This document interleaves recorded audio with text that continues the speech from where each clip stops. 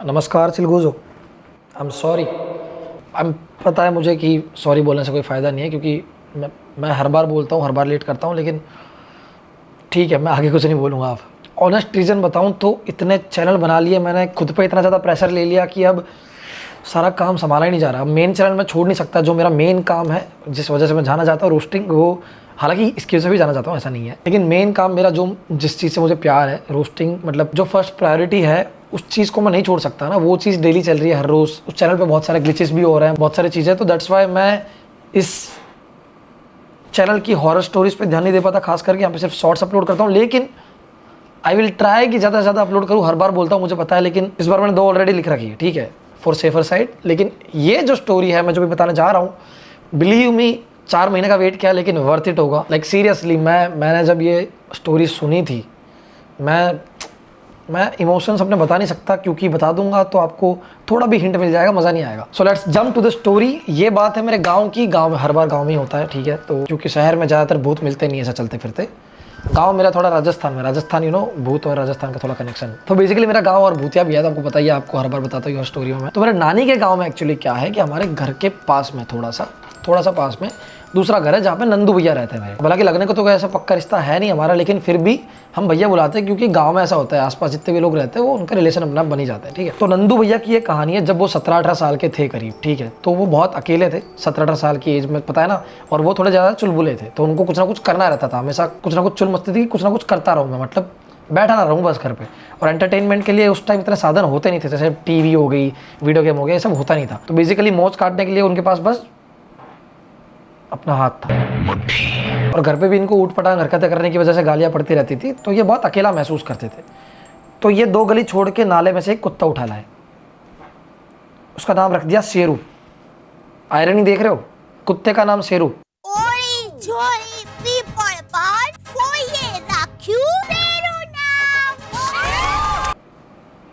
और उसकी हालत देख लो अगर शेरू की, आए हाय। और उसको ये लाए थे अपनी प्रोटेक्शन के लिए कि भैया मेरी रक्षा करेगा कहीं जाऊंगा वगैरह। तो शेरू इतना मरे हाल था, उसके खुद के खाने के वांदे थे, जोर से चिल्ला तो 2-3 मिनट के लिए मर जाता था वो ऐसा था। उसको काटना नहीं आता था, ये तो बेसिक धर्म होता है भाई कुत्तों का, काटना नहीं आता था उसको।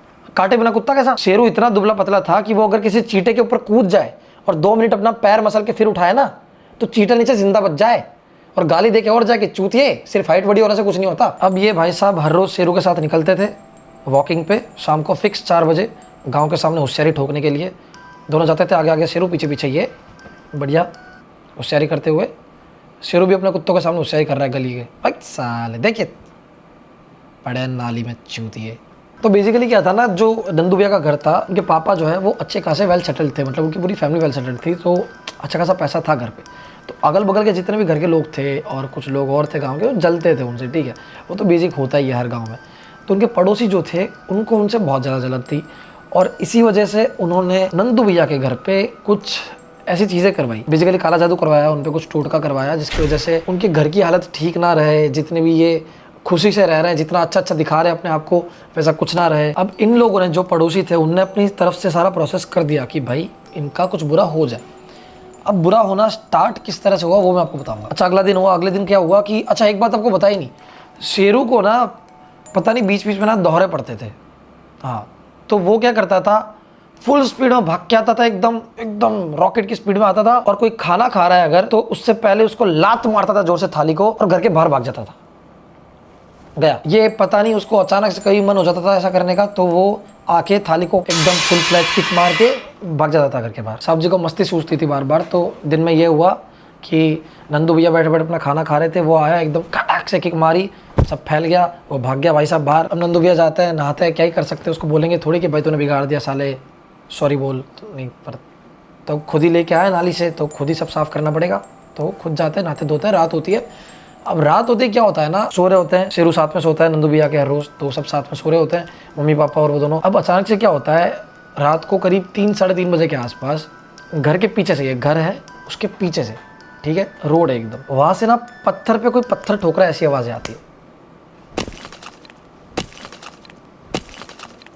अब रात को 3-3:30 बजे अचानक से आवाज आती है, तो पहले तो जगता है भाई नंदू भैया कि भाई क्या हो गया। फिर वो सोचते हैं इस चीज़ को कि भाई कोई होगा जानवर वगैरह, तो इग्नोर करते हैं, सो जाते। धीरे धीरे आधे घंटे में वो चीज़ बहुत बढ़ जाती है, बहुत ज़ोर से आवाज़ आने लग जाती है, तो पूरे घर के उठ जाते लोग, ठीक है। अब सब उठ गए। उनके पापा बोलते कि तू जाकर चेक करके आ कि क्या है, कौन है वाला पीछे, क्या जानवर है तो भगा के आ, सोने नहीं दे रहा। तो नंदू भैया जाते हैं, साथ साथ में हमारा कॉम्प्लीमेंट्री शेरू भी जाता है, प्रोटेक्शन। अब क्या होता है, वो जैसे ही वहाँ पे पहुँचते हैं कुछ दूरी पे जाके उनको एक बंदा दिखता है, बूढ़ा, करीब 40-50 साल के आसपास, इतना ही दिखता है, मतलब ना ज़्यादा शक्ल नहीं दिख पाती क्योंकि उल्टा बूढ़ा होता है, और दूसरा की स्ट्रीट लाइट होती नहीं थी तब, ठीक है। तो चांद की रोशनी में जितना दिख रहा है उतना दिख पाता है। धीरे धीरे आगे बढ़ते हैं, साथ साथ में शेरू है, उसके शेरू भी साथ में आगे बढ़ रहा है। जैसे ही उसके पास पहुँचते हैं तो उसके कंधे पे हाथ रखता है, इतने में वो पीछे मुड़ता है और उसकी आंखों के लिटरली ये ब्लैक वाला पार्ट जो होता है, पोर्शन होता है, वो नहीं होता। उसकी आँख से बहुत सारा खून निकल रहा होता है, इतना भयानक फेस होता है। ये चीज़ उन्होंने मुझे बताई थी, मैं भी सुन के शॉक हो गया था काफ़ी, लेकिन इतना कॉन्फिडेंटली बता रहे थे कि मैंने डेफिनेटली ये देखा था। अभी तो उनकी एज बढ़ गई है बहुत ज़्यादा, लेकिन इतना कॉन्फिडेंटली आज भी बता दें कि उनकी आँख में से लिटरली पूरा खून बह रहा था। आँख के बीच में ब्लैक वो था नहीं, ठीक है। ये देख के अचानक से वो डरे, उल्टा मोड़े फटाफट से भागने के लिए, और जैसे उन्होंने देखा वहाँ पे शेरू नहीं था, शेरू गायब। ये देख के वापस उल्टा मुड़े, उस बंदे की ओर जो बैठा हुआ था वो लिटरली उस वक्त मेंढक की तरह कूद के, बहुत ही ज्यादा वियर्डली मेंढक की तरह कूद के झाड़ियों में घुस गया और वहां से गायब हो गया। अब ऑब्वियसली पीछा तो नहीं किया नंदू भैया ने कि कहाँ गया, इतनी जान की तो परवाह थी, पर वो इतना वियर्डली कूद के झाड़ियों के अंदर घुस गया। ये सब कुछ जितना भी हुआ है वो 25-30 सेकंड के अंदर हो गया। इतने कम टाइम के अंदर इतना कुछ हो गया कि उनका माइंड सब प्रोसेस कर ही नहीं पाया कि ये मैंने क्या देखा और क्या हो गया। और इतनी देर में उनको याद आया कि शेरू गायब है। वो पीछे बड़े जोर से चिल्ला शेरू, इतने में तो सामने देखा 2 किलोमीटर दूर शेरू भाग रहा है उल्टी गाड़ दिखा के। वो अलग धुन में ऐसा भाग रहा है, ऐसी स्पीड में आज तक नहीं भागा होगा वो, कि जोर से चिल्ला रहे शेरू शेरू शेरू। पीछे मुड़ रहा है, कौन शेरू? मेरा नाम कुणाल है। मेरे को मत बोला भड़वे, चला जाए यहाँ से। भाग गया वो। नंदू भैया उस भूतिया जगह पे खड़ा रहे 5 मिनट कि भाई वो आ जाए वापस, कूदता कूदता मेरे को निकल जाए पूरा, कोई दिक्कत नहीं है। ऐसा चूतिया कुत्ता पाला है, बताओ। उनके गुस्से ने ना शेरू के प्रति उनके डर को काबू कर लिया था। अब वो आए घर पे, अब वेट करने लग गया कि भाई अब तो शेरू आए, उसकी बैंड बजाऊं। मैं साला छोड़ के चला गया ऐसे टाइम पे। शेरू घूम घाम के जाने कितना 2-3 घंटे बाद आया वापस से, ठीक है। अब जैसे ही शेरू की एंट्री हुई गेट पे से, नंदू भैया की नज़र पड़ी, उसने ऐसा कॉलर पे से पकड़ के ऐसा लाए उसको, कॉलर तो क्या मतलब गले के पट्टा से पकड़ा ऐसा। पर बस साले तो पक्का कुत्ता ही है ना। शेरू बोलता हाँ भाव भाव हाँ। तो चूतिया पूरे गली के कुत्ते भौंक रहे थे, भैंचो तू क्यों नहीं भौंक रहा था? साले तुमको तो दिखता है ना ये सब भूत वूत जो होता है, आत्मा, तो चिल्लाना भौंकना मुंह से कि मत जा आगे। मैं जा रहा हूँ उसके कंधे पे हाथ मार रहा हूँ, बोल तो वॉन तो करके मत जा। वहाँ गली के कुत्ते भौंक रहे हैं, मेरा सगा कुत्ता नहीं भौंक रहा। भाई भाव सॉरी भाई, आइडिया नहीं था, अगली बार से नहीं होगा। भाव नया हो ना मार्केट में। तो नंदू बोलता वो तो ठीक है गांडू, पर तू साले मेरे को छोड़ के क्यों भाग गया वहाँ पे मरने के लिए अकेला? ये सिखाया तेरे को मैंने कि एक दिन जरूरत पड़ने में मालिक कोई गांड दिखा के भाग जाओ। भाई भाव सॉरी, आई गॉट यू, अगली बार से नहीं होगा। अरे क्या नहीं होगा? साले खिला पिला के इतना मोटा किया, तेरे को सांड बनाया भाई। बॉडी शेमिंग नहीं भाई, बॉडी शेमिंग नहीं, सॉरी। बट आगे सब बोला वो, उसका क्या? साले अगली बार से भागा ना ऐसा तो गांड पे लात मारूंगा खींच के। एनिमल अब्यूज 911 कर कॉल 911। 1980 चल रहा है चूतिए, यहाँ नहीं होता कोई एनिमल अब्यूज फब्यूज, मार के पटक दूंगा नाले में जहाँ से आया वहीं पे, समझ गया ना? सोशल मीडिया नहीं चल रहा है यहाँ पे। कॉलर छोड़, कॉलर इसने छोड़ा हो गिर गया, फिर उठ के झटकार के बोला चूती तेरे को कल देखता हूँ, चला गया। फिर ये सब हुआ, अगला दिन हुआ, अगले दिन सुबह वापस सेम हमारा भाई आ रहा है, शेरू भागते हुए एकदम जॉन विक स्टाइल में लात मार रहा है थाली के, वापस नहीं पे सब कुछ गिर रहा है, वो भैंचो घर के बाहर भाग जा रहा है। ये सब हुआ, उसके बाद में वापस रात हुई। रात को वापस ये सब चीज़ें बेसिकली जो होती थी हॉरर चीज़ें, वो रात को होना स्टार्ट हो गई धीरे धीरे। अब रात को क्या हुआ कि अचानक से वो सो रहे थे, नंदू भैया को ऐसा महसूस हुआ कि उनके पास में शेरू नहीं सो रहा। शेरू को जैसे देखा गायब, ऊपर से उसके भौंकने की आवाज़ आई छत पे से। फटाफट से ऊपर भागे, जाके देखा तो शेरू एक कपड़ा है, कोई पीले कलर का कपड़ा था, कपड़े को जोर जोर से यूँ पकड़ के एकदम जोर जोर से घुमा रहा है, ठीक है, एकदम मतलब फाड़ रहा है, क्या कुछ तो कर रहा है उसके साथ। वहाँ पे जाके उस कपड़े को चेक किया, कपड़े को अंदर की ओर से देखा तो वो पूरा खून से सना हुआ था, पूरा कपड़ा खून से सना हुआ था लिटरली। ये देख के वो एकदम घबरा गए कि शेरू यहाँ पे क्या कर रहा है, अचानक से ऊपर कैसे आया, उसको पता कैसे चला, ये खून का कपड़ा कहाँ से आया। इतने में शेरू नंदू भैया को पैंट से ऐसे खींचने लग गया कि मेरे साथ चलो ऐसा करके। फटाफट से भागे नंदू भैया उसके पीछे पीछे, वो ऊपर की छत पे लेके गया जहाँ पे जनरली वो लोग जाते नहीं थे, ठीक है। ऊपर की छत पे कोने में 3 खरगोश मरे हुए पड़े थे। और ऐसा नहीं कि बहुत पुराने मरे हुए पड़े थे, उसी वक्त मरे हुए, मतलब एकदम ताज़ा ताज़ा मरा हुआ है, किसी ने मारा है अभी अभी, खून बिखरा हुआ है, ऐसा साफ साफ वहाँ दिख रहा था। ये देख के भाई नंदू भैया की फटी, वो फटाफट से नीचे भागे, फटाफट से मम्मी पापा को बताया, अपने ये सब हुआ, ये सब बताया। ये सब सुन के उनके घर वाले भी शौक में चले गए बहुत ज़्यादा। उन्होंने भी चेक किया कि हाँ भाई सही में है, खरगोश मरे पड़े। तो ये चीज़ें ना बहुत वियर्ड थी, काफ़ी ज़्यादा वियर्ड थी, क्योंकि कभी उससे पहले शेरू ने ऐसा बिहेव किया नहीं था। और ऐसा घर पे ही ये चीज़ें मरी हुई मिलना तो बड़ा अचंभे की बात है, जहाँ पे छत पे कोई जाता तक नहीं है, ठीक है, तो कैसे पॉसिबल है। अगले दिन सबकी फटी पड़ी है कि भाई क्या चल रहा है, क्या करना है आगे, बाबा को बुलाना है कि क्या सब बातें चल रही है। शेरू भाई साहब आ रहे हैं अंदर से भागते हुए फुल स्पीड में, आते हैं, थाली को लात मारते जोर से भाग जाते हैं घर के बाहर। उनका हर रोज़ का शेड्यूल बन चुका है। अब क्या होता है, वो शेरू जाता तो है, लेकिन कभी ऐसा होता नहीं था कि वो ज़्यादा देर रुके बाहर, ठीक है, वो मैक्सिमम 1-2 घंटे में आ जाता था। लेकिन रात हो चुकी थी और शेरू अभी तक आया नहीं था। शेरू आया रात के 10-11 बजे के करीब, सब ढूंढने लग गए थे, लेकिन वो फटाफट से भागते भागते आया एकदम घर पे, जाके एकदम कोने में छुप गया। तो सबने देखा भाई इतना घबराया हुआ क्यों है, शेरू को क्या हो गया एकदम से। तो उन्होंने फिर इग्नोर किया और सब लोग सोने लग गए। शेरू अचानक से रात को 2 बजे के आसपास भौंकने लग गया और बहुत ज़ोर से भौंकने लग गया। सब लोग उठे, बाहर आए कि क्या हुआ। देखा तो गेट के सामने देख के भौंक रहा है, जो मेन गेट है उसके आगे रोड जाता है, ठीक है, तो गेट पे देख के वो भौंक रहा है। इतनी देर में क्या होता है, उसके मम्मी पापा, शेरू, नंदू भैया चारों जगह हुए हैं। गेट के पास एक औरत शादी के जोड़ों में पास होती है अपने हाथ में दिया लेके। वो लिटरली पूरा ऐसे पास होती है, चारों की नज़र है, वो रास्ते पे से यूं जा रही है पैदल पैदल, रात को 3 बजे, ठीक है। एक लेडी, आप सोचो रात को 3 बजे एक लेडी अपने हाथ में दिया लिए हुए तुम्हारे सामने से जा रही है।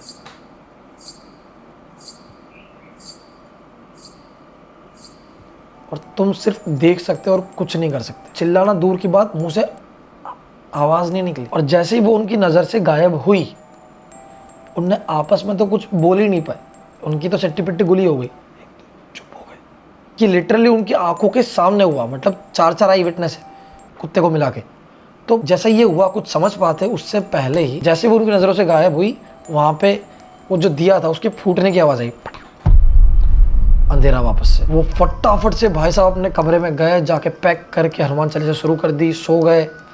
फिर तो कुछ हुआ नहीं उस रात को, ठीक है। अगले दिन सुबह क्या होता है कि उनके पापा जल्दी जागते हैं, वो घर के बाहर जाते हैं और चेक करते हैं। पहले कच्चे मकान होते थे, ठीक है, चेक करते हैं, देखते हैं कि उनके घर पे दीवार पे लिटरली पैरों के निशान है, वो भी खून से रंगे हुए, मतलब कि कोई इनको घर पे चढ़ा है ऐसे। ये चीज़ वो घर वालों के साथ शेयर करते हैं, ये चीज़ बहुत ज़्यादा सीरियस हो जाती है। फिर उन बाबा वगैरह को बुलाने की प्लानिंग करते हैं, लिटरली प्लानिंग करते हैं कि भाई क्या करना है। ये चीज़ अब बहुत ज़्यादा सीरियस हो गई थी, तो उन लोगों ने प्लान किया कि आगे क्या करना है। पंडित जी को बुलाते हैं, शुद्धिकरण करवाते हैं, ये सब प्लान वो करते हैं। जो उनके कॉन्टेक्ट में जो पंडित जी थे वो 2 दिन बाद आने वाले थे, क्योंकि वो बाहर गाँव गए थे, तो उन्हें 2 दिन वेट करने का सही समझा, क्योंकि ऐसी चीज़ों में जो अपने घर के लोग हैं जिनके साथ हमारा रिलेशन है वो ज़्यादा बेटर अच्छे से हैंडल करेंगे इन चीज़ों को। लेकिन वो 2 दिन तो उनको वहाँ निकालने थे।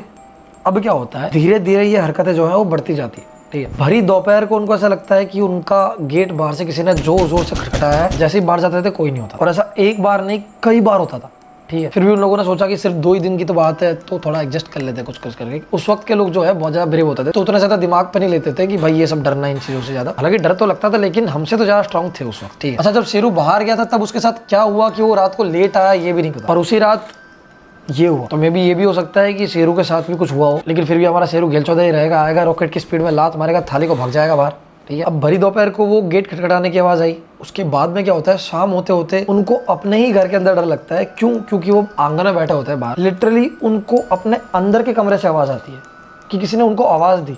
जैसे कि उनके पापा का नाम बलवंत है, तो ऐसा चिल्लाया कोई लेडी उनके ही कमरे से अंदर। चारों आंगन में बैठ गए कि भाई कहीं नहीं जाना, यहीं पे पड़े रहो, कुछ नहीं करना। धीरे धीरे रात हुई, खाना वाना बनाने का टाइम हुआ, तो खाना वाना बनाया, साथ में रहे वहाँ पे किचन में भी। फिर रात को सोने का वक्त हुआ तो एक रूम में जाके चुपचाप से चारों एकदम चिपक के सो गए। रात को भी उनको घुंघरूओं की आवाज़ आ रही है छत पे से।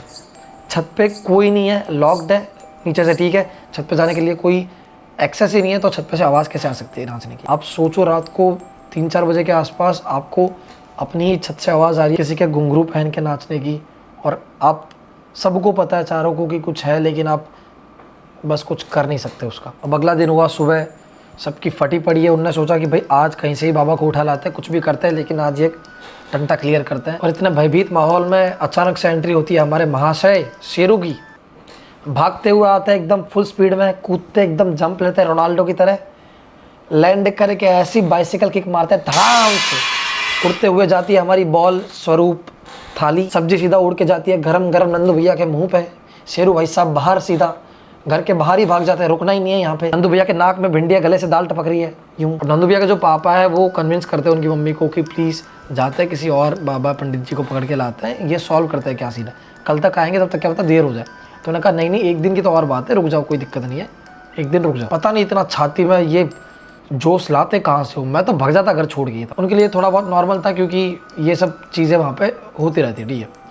अब क्या होता है, शाम होती है, शाम होते होते उनके घर के पास एक पीपल का पेड़ होता है। अचानक से उनकी मम्मी जो है कपड़े धो के बाहर सुखाने जा रही होती है आंगन में, वो देखती है कि पीपल के पेड़ पे धुंधला धुंधला दिखता है थोड़ा बहुत, लेकिन फिर भी इतना तो क्लियर था कि पता चलता है पीपल के पेड़ की टहनी पे एक ऐसा अजीब सा क्रिएचर बैठा हुआ है। वो आदमी है औरत है ये तो नहीं दिख रहा, उसके बाल बहुत ऐसे कम कम है, टकला भी दिख रहा है थोड़ा बहुत, बाल भी है, आंखें पूरी बाहर है, इतना बस देख पा रहे थोड़ा बहुत धुंधला धुंधला की बहुत वियर्ड शक्ल है उसकी, ठीक है। टहनी पे बैठी है वो और लिटरली उसने कुछ नहीं पहन रखा, पूरी बॉडी नंगी अवस्था में वो वहाँ पे बैठी है और इनके घर को घूरे जा रही है। अब वो जा रही है जा रहा है क्या पता नहीं, बट उसे घूर रहा है बस। ये देख के उसकी मम्मी जो अंदर भागी, पापा को जाके उसके बोली फटाफट से पंडित जी को बुला के लाओ। बोलते पंडित जी को क्या बुला के लाओ, ये बाहर जाऊँगा, ये पीपल के पेड़ पर कूद के फिर क्या करूँगा। तो सब लोग फिर बाहर आते हैं, देखते हैं, शौक हो जाते हैं। और कई बार मूवीज़ में क्या देखते हैं कि भाई किसी को भूत दिखा, फिर बाकी लोग आए तो नहीं दिखेगा वहाँ पे, लेकिन वो ढीठ भूत है, वो वहीं पे, और इनको अभी भी घूरे जा रहे हैं, इनके पूरे घर को घूरे जा रहे हैं। अब ये कुछ कर पाते उतना में, तो हमारा शेर कुत्ता शेरू भाई साहब, वो जो भी एंटिटी थी उसको देख के जोर जोर से भौंकने लग गए, भाव भाव भाव भाव। नंदू भैया ने फटाफट से उसको मुंह बंद किया। अबे साले, वो नहीं भी देख रही होगी ना, तो ये तो भौंक भौंक के उसको एड्रेस बता दे यहाँ का, यहाँ पे आके खा लो, 3 लोग अवेलेबल है। साले जब भौंकना चाहिए था वहाँ तो भौंका नहीं, तू यहाँ पे भौंक भौंक कर रहा है। शुरू बोलता हाँ ठीक है, मैं भाई ठीक है, नहीं भौंक रहा, छोड़ो तो सही, भाव। अब इन्होंने एक चीज़ ज़रूरी समझी कि भाई उसको नहीं देखते हैं, चुपचाप से अपने घर में जाते हैं, थोड़ा बहुत गायत्री मंत्र का जाप करते हैं तो थोड़ा बहुत सब क्लियर होगा, ठीक है। और होता भी कुछ ऐसा ही है, वो अंदर जाते हैं, गायत्री मंत्र का जाप करते हैं, सब कुछ क्लियर, बाहर कोई नहीं बैठा होता पीपल के पेड़ पे। वो दिन, वो रात, वो एकदम प्रॉपर अच्छे से चली जाती है उनकी, ठीक है। अगले दिन पंडित जी आते हैं, वो शुद्धिकरण करते हैं पूरे घर का, सब कुछ एकदम प्रॉपर कर देते हैं एंड बोलते हैं कि भाई ये लगा दिया है, चारों तरफ से सेव कर दिया है, अब आपके घर पे जो है बुरी आत्माएं या फिर ऐसी कोई चीज़ एंटिटी नहीं आ पाएगी, ठीक है। अब उसको कुछ टाइम होता है, 10-15 दिन हो जाते हैं, सब कुछ सही चलता है। हमारा शेरू भी सुधर जाता है थोड़ा बहुत, लात मारना बंद कर देता है थोड़े दिनों के लिए, ठीक है। लेकिन 10-15 दिन बाद हमारे शेरू भाई को वापस से जोश चढ़ता है, आता है वापस से,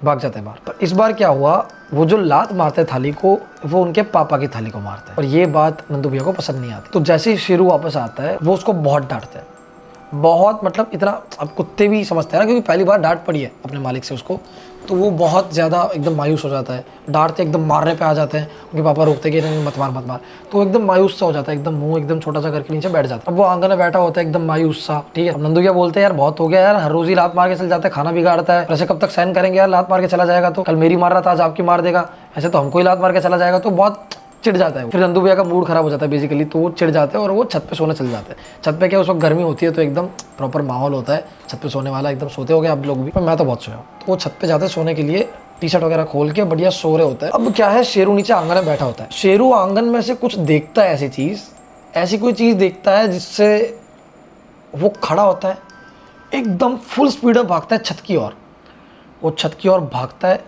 पूरी स्पीड में भागता है। अब नंदू भैया जो है उनको भी काफ़ी बुरा लगा होता है कि भाई मैंने ज़्यादा डांट दिया यार शेरू को, तो उनको भी बुरा लग रहा होता है कि जाके एक बार शेरू को लाड़ कर लूँ। वो ऐसे खड़ा ही होता है, इतने में शेरू सामने से भागता हुआ आता है, तो जैसे शेरू को देखते हैं ऐसे बोलते हैं अरे शेरू मेरा आ गया। शेरू भागता हुआ उनकी ओर आ रहा है और उनके बगल में से जस्ट जंप करके चला जाता है।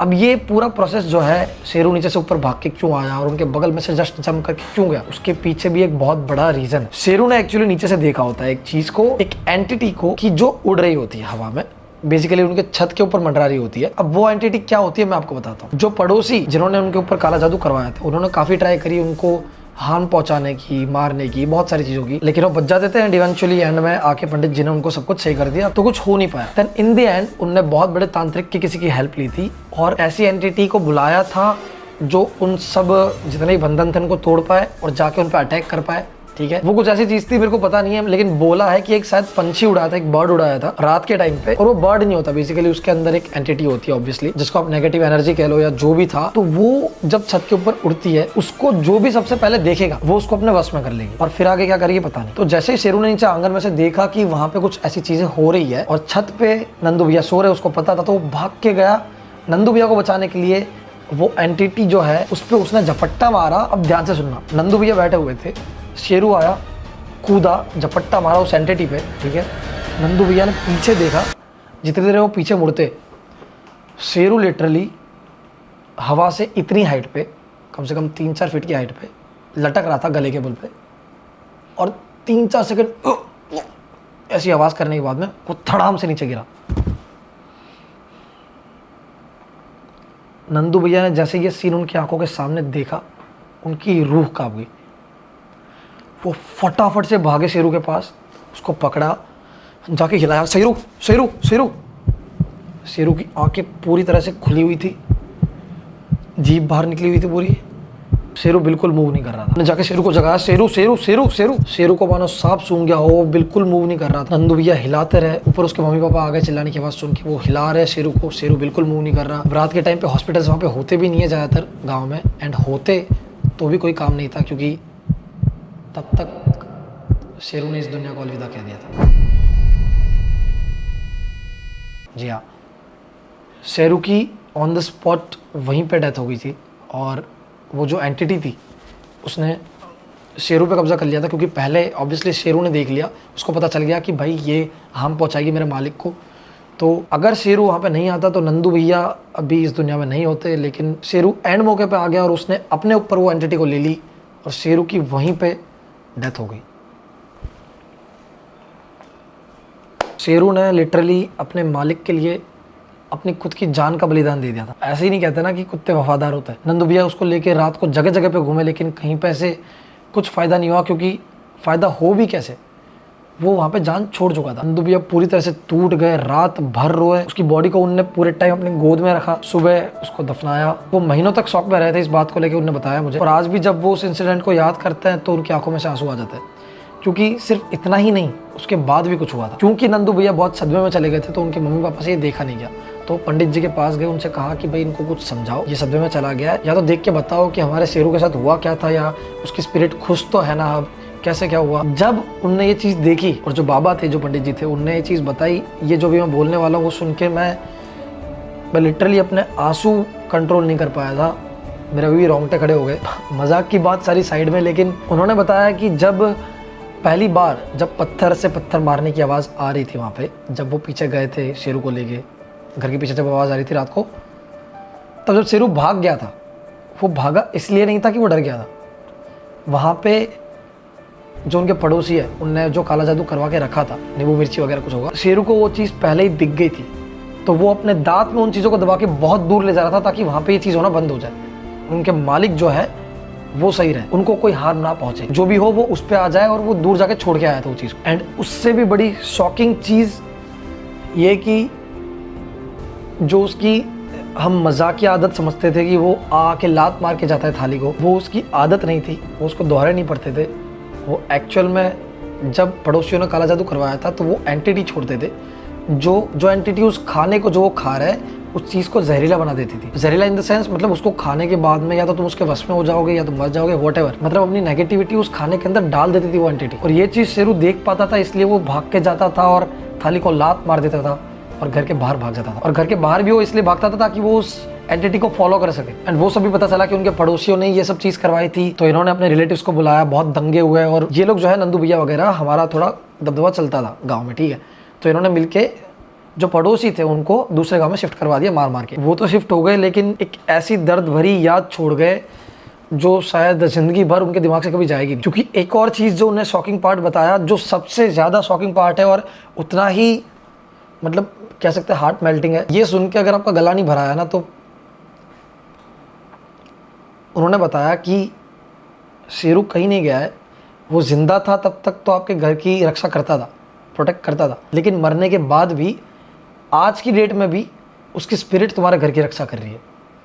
कितनी बार ऐसा हो चुका है कि चोर उचक के आए हैं और उसने भगा दिया है उनको, लेकिन आप लोगों को पता तक नहीं इस चीज़ के बारे में।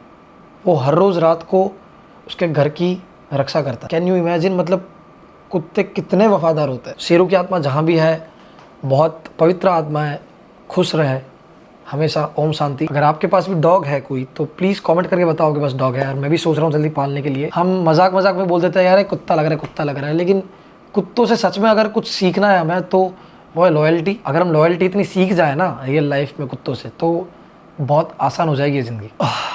Okay, thank you guys, thank you so much for watching my video. पसंद आए तो प्लीज़ लाइक कर दो, कमेंट कर दो और बस फैला दो। मैंने बोला था ना काफ़ी अच्छी स्टोरी थी मेरे पास, ऐसा धमाका लाने वाला था, इसलिए मैं थोड़ा मैंने इंतज़ार किया चीज़ों का। ठीक है, जल्दी नई वीडियो आएगी। Thank you guys, thank you for watching, love you.